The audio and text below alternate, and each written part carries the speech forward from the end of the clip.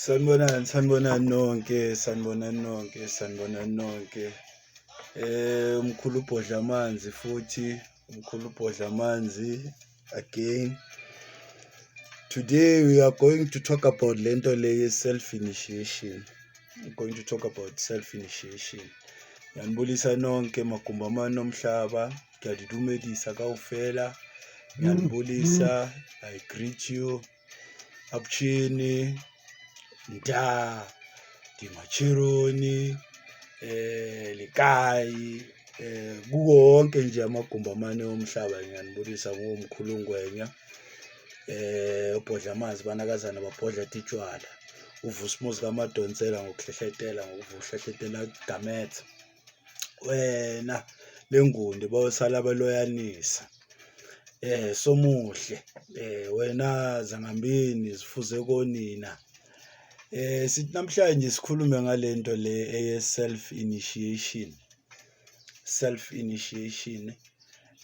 in English, ngesintu sakithi ukuthwasiswa yiDlozi, because ukhumbula isintu nesilungu izinto ezingafani, ongeke utolike isintu futhi, because mase sikhuluma nge-self initiation omunye umuntu angacabanga ukuthi maybe sikhuluma ukuthi umuntu uyazi initiate, kanti no, umuntu akazi initiate.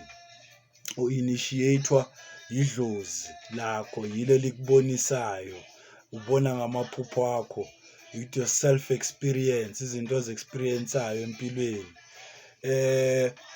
To explain, before siyakude, let's explain yini isangoma, yini inyanga. We have isangoma umuntu onedlozi othwasiswa abanye abantu bamvule idlozi lakhe, noma uzothwasiswa yilo idlozi lakhe limvule idlozi lakhe, akwazi ukubona, abone izinto thina singaziboni, ahlole, aphinde futhi alaphe. Isangoma leso. Ekulapheni kwakhe ulapha ngemithi. Ikhona enye imithi akwazi ukuyithinta, ikhona imithi angakwazi ukuyithinta. Isangoma sinama restrictions amaningi, since umuntu osebenza ngedlozi, umuntu ophiwe, onesiphiwo esomoya. Now we have inyanga. When we talk about inyanga, we talk about umuntu who has got the experience eyomuthi, as in herbs. It's a herbalist. You have inyanga ezingakwazi ukuhlola, just like mina. You have inyanga ezikwaziyo ukuhlola. Omunye mhlawumbe uyinyanga herbalist, uphinde futhi unomoya. Uyakwazi ukutshelwa umoya wakhe, uphinde mhlawumbe usebenzisa isigubhu for ukuhlola, noma usebenzisa uphondo for ukuhlola. Loka inyanga nje uyakwazi nokuhlola ngophondo lwakhe nangesigubhu sakhe. You have izangoma ezithwasiswa umuntu, you have izangoma ezithwasiswa amadlozi akubo. Amadlozi akubo ayamfikela, ambonise ukuthi ngicela wenze nje, uvuke ekuseni uyenze leyo nto uyibone ephuphweni. Kube khona ushintsho luba khona kusiphiwo sakho. Mhlawumbe kuthiwe uboniswe amanzi, khona into ekumele uyoyilanda lapha emanzini, uphuphe usemanzini ukhipha okuthize. Uzovuka uye khona emanzini, noma uzinike isikhathi uye emanzini lawo otshelwe ngawo ulwandle, noma umfula, noma idami. Wahamba uyowenza lento le obuyibona uyenze emaphupheni, ubuye naloko obuya nako khona lapho. Now that was just explaining ukuthi umehluko between isangoma nenyanga. We have abantu okuthi they don't know the difference between isangoma nenyanga, yabo. So I was just explaining the difference between isangoma nenyanga. So enye into ke ekumele uyazi ukuthi bakhona abantu ukuthi bayizangoma, and then basebenza ngomuthi, basebenza ngokubona, basebenza ngokuhlola, basebenza nangokuthwasisa. Ugobela, yayibo lonto le, uyathwasisa. Qala wawuzotshelwa ukuthi wawuzoboniswa emaphupheni akho, uboniswa indlu, uboniswa isigodla somuntu. Yayibo lonto ukuthi uye umuntu ekumele ukuthi akuthwasise. Sasise nezinyanga zoqobo ke, izinyanga zangempela. umuntu ongeke umthole egcekeni lakhe egcwele amathwasa uzothola mhlawumbe kunabantu abayi2-3 abamncedisayo lapha and kwayithwasa lakhe alihlali 3 months 6 months la uhlala unyaka even 2 abanye uyayibona lonto leyo futhi kuzoya nangokuthi ukhishwa nini ephehlweni ngoba asibuye endlini ezifanayo abakwazi usilungiselela ngokufana sonke emakhayeni ethu ngoba ukukhishwa ephehlweni kumele ukuthi kube khona into ezikhona inkomo imbuzi yonke lo so asinamandla sonke ngokulingana so umunye umuntu ukuthatha isikhathi asephehlweni azayophuma ngesikhathi esithize ephehlweni so yiyo enye into leyo mina engifuna ukunixwayisa ngayo ukuthi nizibheke izinyanga uzothola ukuthi mongena kugcwele amathwasa nje egcekeni nje 12 20 40 amathwasa agcwele egcekeni because mina according to my belief angeke umfundise umuntu umuthi in a matter of 6 months and then bese athi uyayazi lonto leyo mina as a herbalist personally mina as a herbalist umuthi ngaqala ukusebenza ngo-administering umuthi ngaqala ukulapha abantu ngo-2013 till today nami ngisathwasa because mina ngizokhuluma ngami manje mina ngumuntu othwasiswe yiDlozi angisungumuntu othwasiswe umunye umuntu ngayizama into yokuya ngiyohlola ngibuze ukuthi since naku nginaso lesiphiwo lesi sokuthi ngiyawuthanda umuthi uyabo ngiyathanda ukusebenza ngomuthi ngiyathanda ukuthenga izincwadi ezifundisa ngomuthi ngiyathanda ukuya ezinyangeni ezisebenza ngomuthi ngifuna ulwazi nami ngi-exchange ngolwazi enginalo you know inyanga ngeke iyazi yonke into it's another thing ekumele uyazi ukuthi mawuthwasile uthwaselele lokhubalo angeke ulazi lonke ikhubalo akhona amanye amakhubalo inyanga yakho engeke ikufundise wona kumele ukuthi wena uyozifundisa namhlanje futhi angisakhulumi nganamhlanje ngoba namhlanje gcwele abogobela because of imali umuntu uthwasisa abantu because of ufuna imali akathwasisa abantu because of abantu laba babonisiwe labantu bazizele abanye babo batshelwe uye ukuthi kumele bathwasile kumele bathwasela angikho against anyone owenza leyo nto leyo but I'm trying to explain to abantu ukuthi you know into yentwaso it's not one size fits all and kwazona inyanga they run away from that fact yokuthi it's not a one size fit all thing because of bafuna amathwasa ngeke uxosha amathwasa uthi hayi wena iDlozi lakho selikuthwasisile liqedile njengoba bengisho ukuthi mina ngikhuluma ngami mina ngihambile mina ngaye ezinyangeni ngazitshela inyanga ukuthi hey man nginalesiphiwo kodwa ngifuna ukuthi ngisiqhubekise lesiphiwo ngani ukuthi ngithwase nami ngibe inyanga ephelele bathi kimi no wena uqediwe iDlozi lakho liqedile I went to 3 people and now you must remember if uzohamba abantu abathathu bakutshela into eyi1 bakutshela into eyodwa hayi then that means ukuthi uqedile vele uyayibona lonto le and they were fair enough bakhona amanye amaqola ke ngeke ngahlangana nawo ke umuntu azongitshela ukuthi hey ya yonke into nginayo kodwa kumele ahambe nama endaweni ethize angenza ukuthi nokuthi ngibone ukuthi hayi la kumele ngishaye ngichithe la yabo ngishaye ngichithe ngimuve lokomoya like mina I'm self initiated I started working with ama-herbs ngokugula kwami talking about me now mina uSibusiso Ngwenya I started working with herbs when I got sick with the abscess I have got the abscess abanye bayibiza lump abanye bayibiza what they call it ithumba ngesilungu but it's abscess yabo ithumba ebengiyithuma I had a problem yamathumba even if nano ngangibheka I still have those marks to show you ukuthi I had a big problem yamathumba I had a huge problem yamathumba I tried everything I went to the doctors I was in the military I went to dermatologists in the military specialists they withdraw the pus they check in the laboratories they couldn't find nothing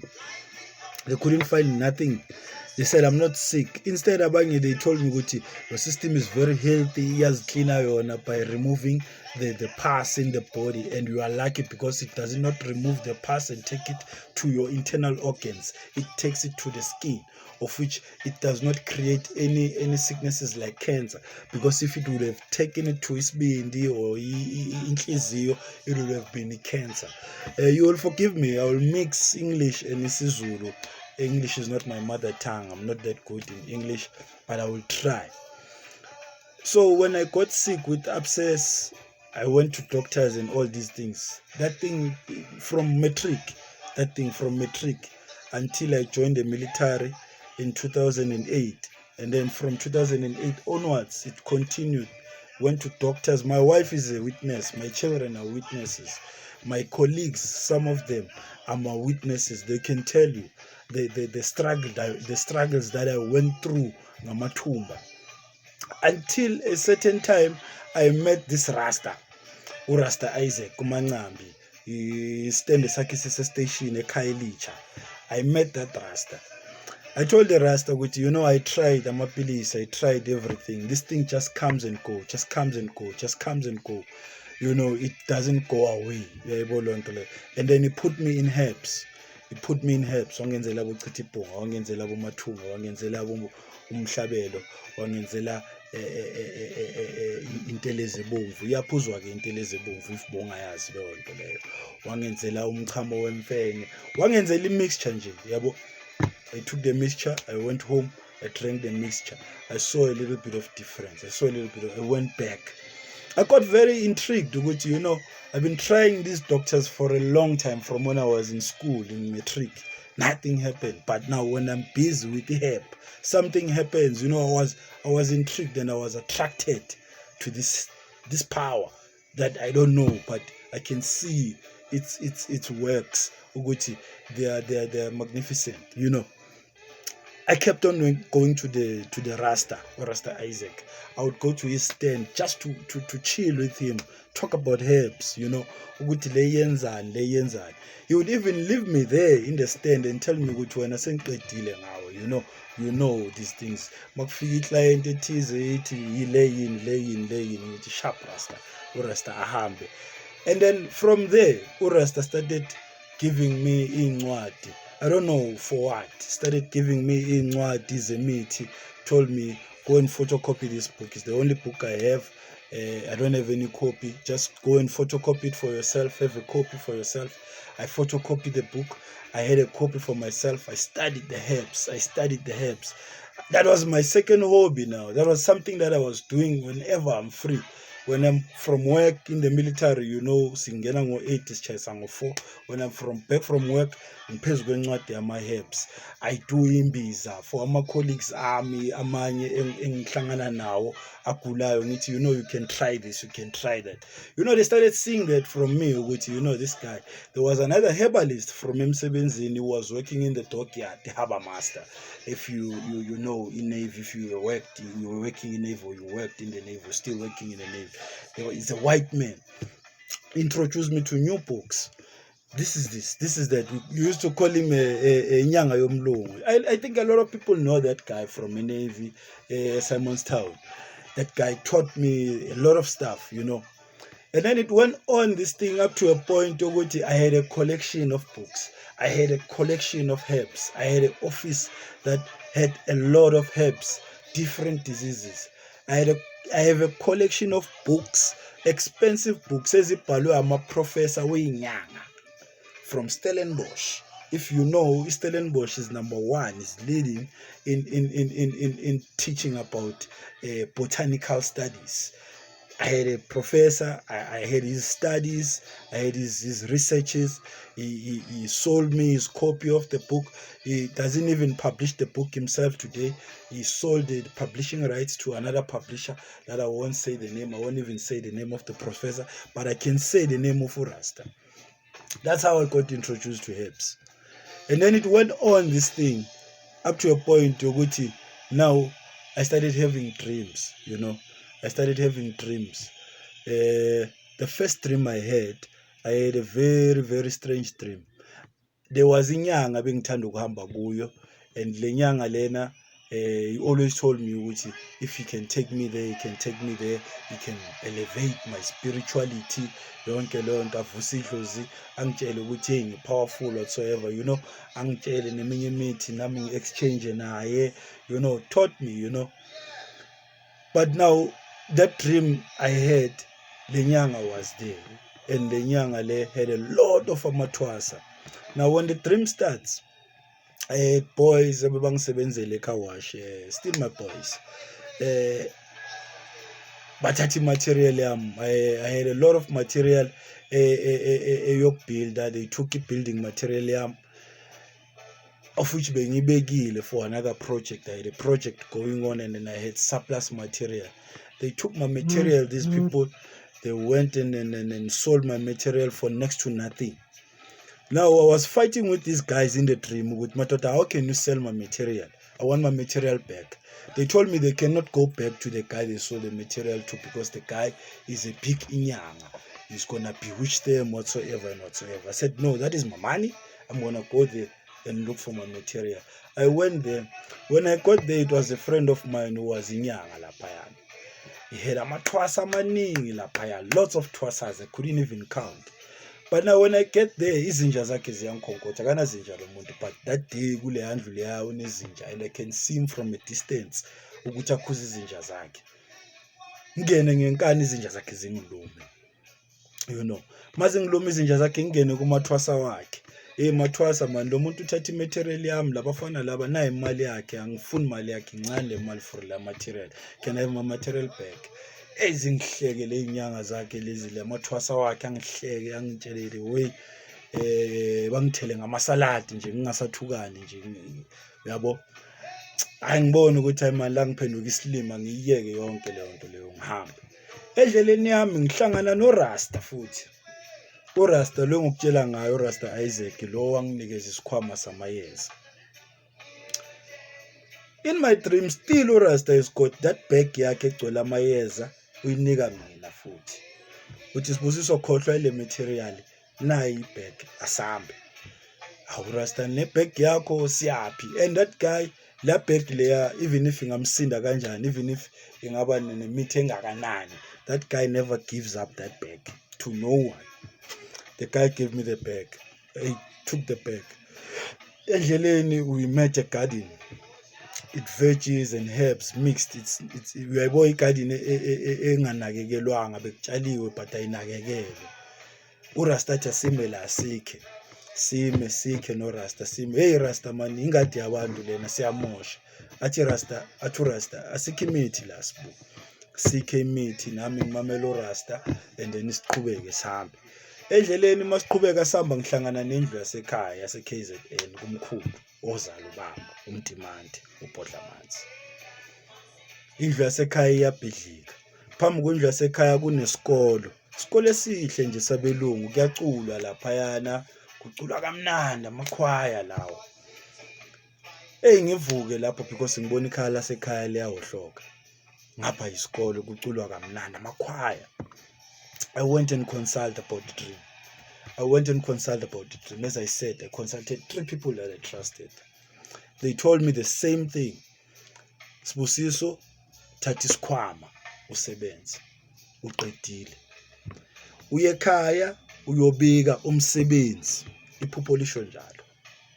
Iphupho lithi yeka le inyanga lezi ziloku zithi zizokunika ukuthi. Njengoba ubona amathwasa wazo ayakuhleka, yeka le inyanga, thatha isikhwama usebenze, uye ekhaya ubike umsebenzi. Ikhaya leliya olibonayo la kamkhulu, yila kumele uyobika umsebenzi wakho khona. Isikhwama leso uRasta kunikeza sona, isikhwama semithi leso ekumele ngabe usebenza ngaso. Hayi isikhwama samathambo, ungimamele. Hayi isikhwama samathambo, isikhwama semithi. Saka herbalist doctor owangitrainer, first trainer. Sasho isangoma sathi uqediwe ndoda, ayisekho into oyidingayo kwabanye abantu. Uphiwe umsebenzi ekhaya, wena bika umsebenzi ekhaya kimi. Wathi kimi lo muntu phahla usho abantu abadala ukuthi bakutshele bakubonisa indlela ukuthi ukusuka la uyapi. hayi ngiphahle. You know mawuphahla kumele uzile for 7 days. Awudli ukudla okuthize, awuphuzi utshwala, you don't engage in sex with your wife, your girlfriend, and then you don't fight, all those things. Wathi kimi ngibopha intambo. Wathi ngibopha intambo ngizenzele mina le ntambo. Wathi ngibophe le ntambo ngizenzele mina le ntambo. Ngayibopha intambo ngazenzela. Uyibona le ntambo le, ngazenzela le ntambo. Ngayibopha le ntambo ngazenzela le ntambo.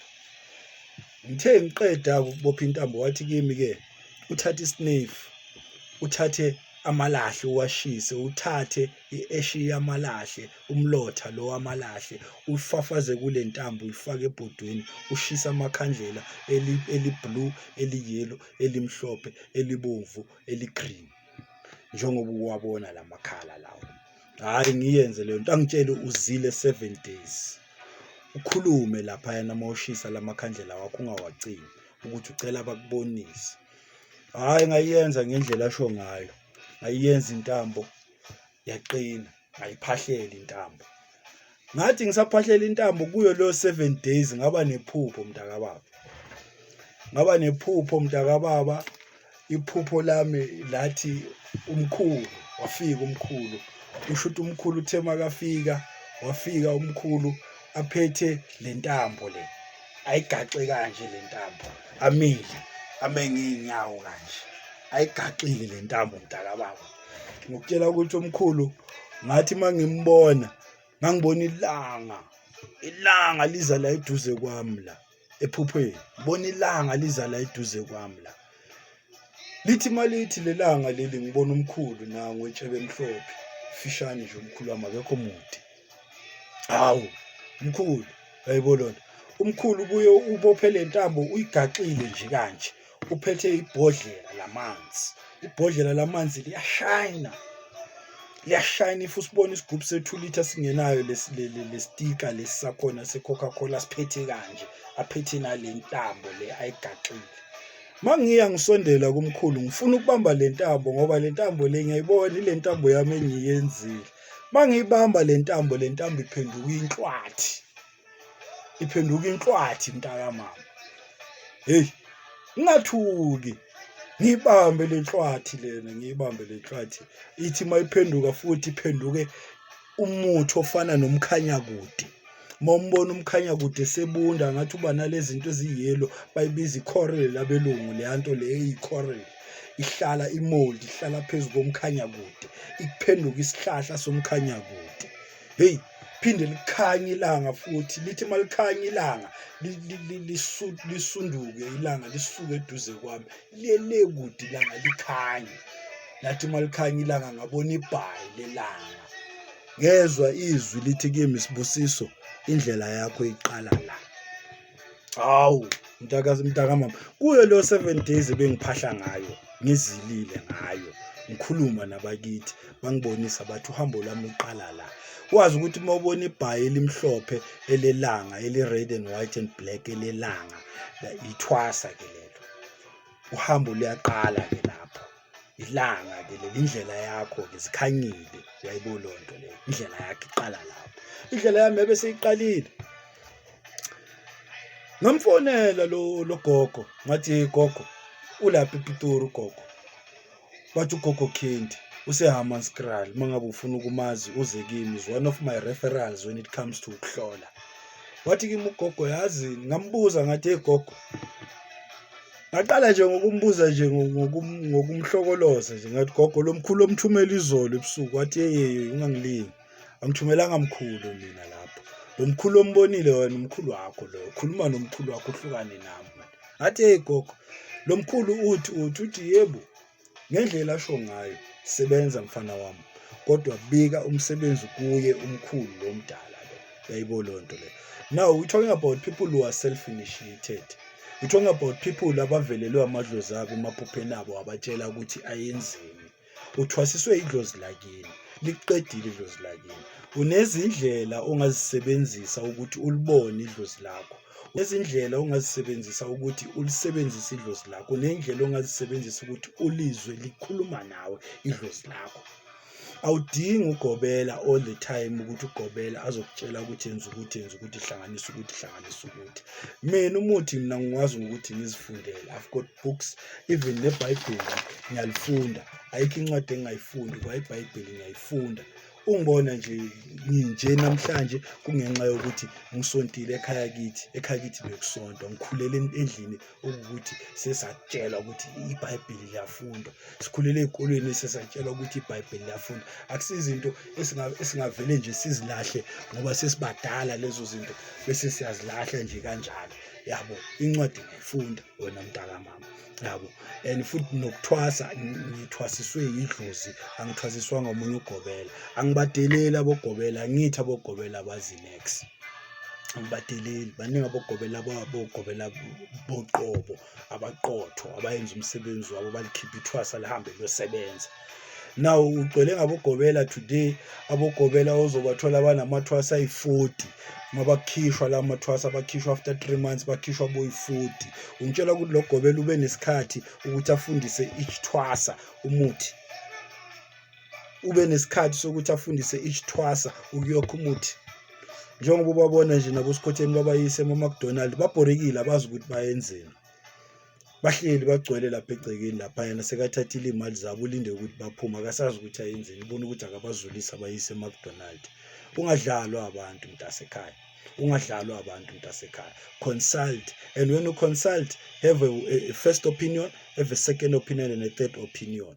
Ukutshela ukuthi 3 people will never lie when they are talking about one thing. But when there's different stories, then there's a problem somewhere. You understand a lot. So this is what I wanted to talk about. Angilwisi umuntu ugobela, ngishilo ukuthi siyabadinga bogobela, because sonke ngeke sithwasiswe amadlozi and sonke ngeke sithwasiswe ugobela. Mina ngiprefer inyanga ethwele kunenyanga ethwasile, because mina I can tell you I prepare herbs for inyanga ezithwasile. Ngifundisa inyanga ezithwasile umuthi. Bangakutshela abangaziyo bangakutshela. Inyanga ngizifundisa ukwenza i-cannabis oil. Ngizifundisa about different herbs, Jamaican herbs, European herbs, Madagascan herbs, African herbs. Herbs are never the same. The purpose is the herbs, they are the same, sometimes they are not the same. I understand a lot. It's a broad study. There's botanical terms as ama-herbs. You understand a lot. It's a broad study. You understand a lot. And you can get from gugobela wakho, but there are things that you will never get from gugobela wakho. Kumele ukuthi wena uhambe uyozifundela. Angeke ukuthi uma ubuya ugobela noma ngabe beka umpetha ukufundise kanjani bese uyahlala esigodleni uthi mina ngazi yonke into. No, you still need to study. Siyathwasa siloku sicedile nokuthwasa, sisathwasa namhlanje nami ngisathwasa ngoba zikhona izinto engisazifunda kumanje, zikhona izinto engingakazi master, zikhona izinto engazazi nokuzazi. So ngeke ukuthwasa, ngizothwasa ngize ngiyofa. Yayibona. So we talking about self initiation. Trust yourself, trust amadlozi akho, trust yourself first before you can trust anyone. If you can do it on your own, why do you need someone? Yes, there will be times whereby you cannot do it on your own. You need someone, but not always. Especially now, abantu bagcwele ngokudlala ngabantu. Namadlozi ethu have realized ukuthi kudlaliwe ngathi. They changed sequences. You know, when they come to us themselves. They no longer want ukuthi sibanjwe abanye abantu, because they can see the struggles we go through masibanjwe abanye abantu. Bagreed, bafuna imali, athi akubona ukuthi idlozi lakho likhulu ukudlula lakhe, akuvale ngoba kusasa uzoba mkhulu ukudlula yena. Into ezenzakalayo lezo. I understand. So you must be careful when you're busy with this thing. Mina, I've been working with the herbs. Mina ayikho inyanga engahlala nayo phansi ingangicertify. Abanye bafuna nokunginika certificate nje zisuka nje athi ham. Abanye bafuna ukuqhekenyeza, bakuthathela istar sakho, bakuthathela amandla akho, bakuthathela ipower yakho, you know. So this is a video ekubekudala ngifuna ukuyenza about self initiation. Mina I trust myself mina. And when I don't know something, I tell you I don't know it, I can refer you to someone that knows it. Angihloli, I can refer you to someone ohlolayo. But mangahlala phansi nawe sixoxe, I can get what is your problem. Hayi ukuhlola kwami ke lokho, it's consulting. Udokotela mongena kuye uhlala naye phansi edeskini umtshele ukuthi dokotela into yami inkulu, into yami incane, ngifuna ukuthi ungincede ngikhulise. Nami I'm the same. If you want something from me, angeke ungene nje ngishaye ilento ishoba, ngishaye ishoba ngithi inkinga yakho yini. No. Kumele sixoxe ngizwe ukuthi where do you come from, and I can pinpoint estoryin sakho ukuthi no amanga lawo awukhuluma iqiniso. Mawuza kimi ufane nomuntu oza kuloya yakhe ube msulwa, yabo ngathi ngizokuthethelela emacaleni. Mawurepile ngitshela ukuthi hayi ngirepile vele, uyayibona lonto le, kodwa bekunje. Angithi ngiyayipromote leyo nto, angiyikhondoni, and futhi angisebenzisani nabantu abarepile. I don't want to know icase yakho ukuthi accuse or in. I shy away from things like that. Not that I run away, but I shy away from things like that. Yes, thank you very much. Seyimi uDr. Bodlamanzi, abanakazana babhodla titshwala, mina ngibhodla amanzi.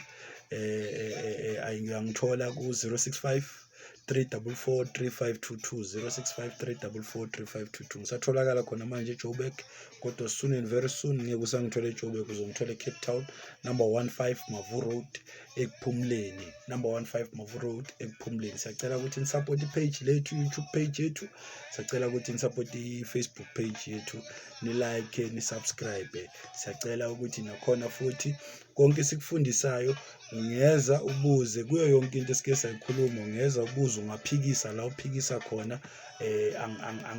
Angivikeli umuntu or angilawuli umuntu ukuthi angangiphikisa. Mina vele ngiyamfuna umuntu ongiphikisayo, because zikhona ezinye izinto nami engirong ngazo, zikhona ezinye izinto engingazazi nami.